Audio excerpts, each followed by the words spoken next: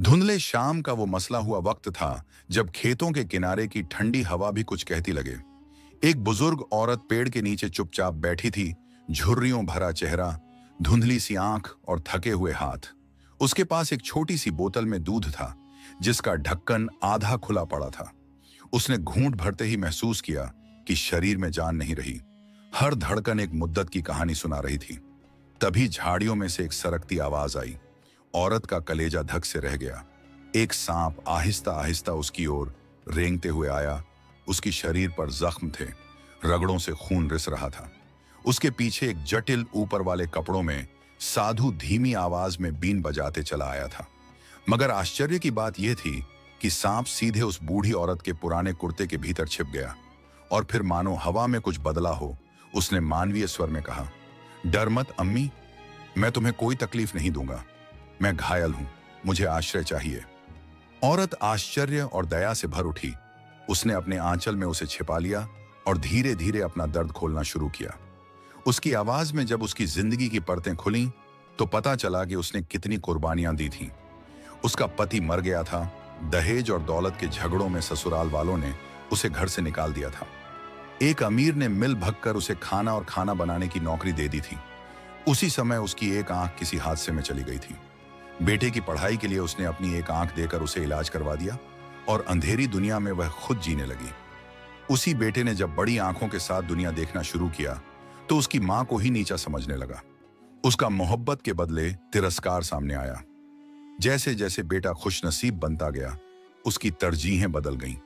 वह मां को अपमानित करने लगा और अंततः घर छोड़ने का फैसला कर बैठा। औरत की कहानी सुनकर सांप की आंखों में कुछ ज्वाला सी चमकी। उसने कहा, अम्मा, तुमने मेरी जान बचाई, अब तुम्हें कोई तन्हा नहीं रहने दूंगा।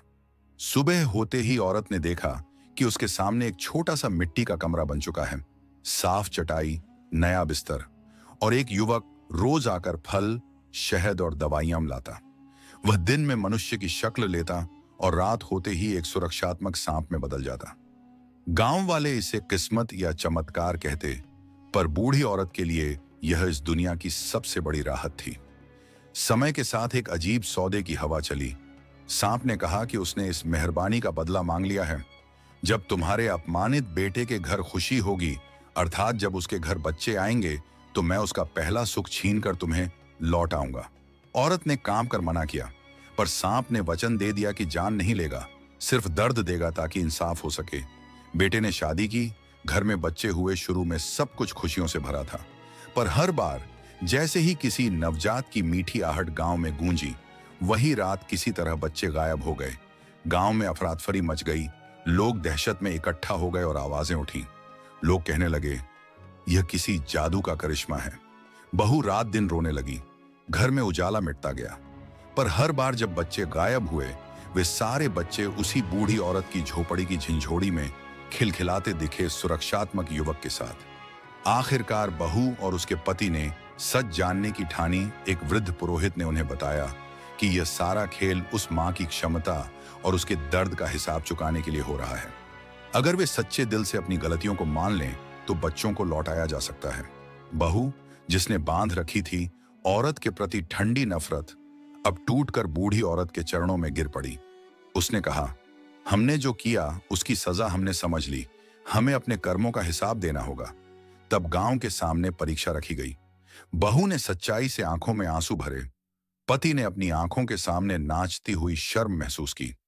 दोनों ने वादा किया कि वे पूरी जिंदगी उसी मां के नाम कर देंगे। घर की चौखट पर खड़े होकर पति ने कहा कि अगर वादा नहीं निभेगा, तो वह खुद अपनी आंखों का बलिदान दे देगा। उस दृढ़ निश्चय ने एक दरवाजा खोल दिया। रात को वह सुरक्षात्मक सांप फन उठाकर खड़ा हुआ। संजीदा स्वर में बोला, तुमने दर्द समझा, तुमने पछताया, अब बच्चों को लौटा दो। और जैसे ही वचन सच्चा निकला, गांव में से एक एक कर बच्चे वापस लौटे, हंसते, खिलखिलाते, सुरक्षित। बूढ़ी औरत ने अपने आंचल में सभी बच्चों को समेट लिया। पति और बहू जमीन पर गिरकर रोने लगे और मां के पैरों में आकर वचन दिए। गांव ने भी अपनी बेवकूफियों और तानों के लिए शर्म महसूस की।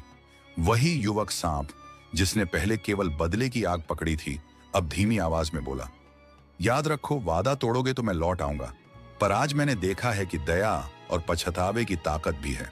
और उसके बाद वह कहीं गहराई में घुस गया। फिर कभी किसी ने उसकी झलक न देखी। पर गांव की किस्मत बदल चुकी थी। बूढ़ी औरत के जीवन में अब सुकून था न कि सिर्फ इसलिए कि उसके पास बच्चे जुट गए, बल्कि इसलिए कि उसका दर्द अब किसी के दिल में उतर गया था। उसने कहा, मैंने जो दिया वह लौटा नहीं, पर जिसने पगलों सी भूख में दिया उसने दुनिया में इंसाफ की एक नई कहानी लिख दी। गांव वाले भी बदल गए, दूसरों के लिए उदार बन गए और किसी भी मां की इज्जत को हल्केपन से नहीं आंकने लगे। और वहां पेड़ के नीचे बैठी वह बूढ़ी औरत अब कम झुकी, बच्चों की हंसी के बीच सूख गई रोशनी की जगह पाकर धीमे धीमे मुस्कुरा उठी। उसके जेब में वो पुरानी दूध की बोतल अब याद बनकर रह गई, एक छोटा सा चिन्ह कि दया कभी खाली नहीं लौटती।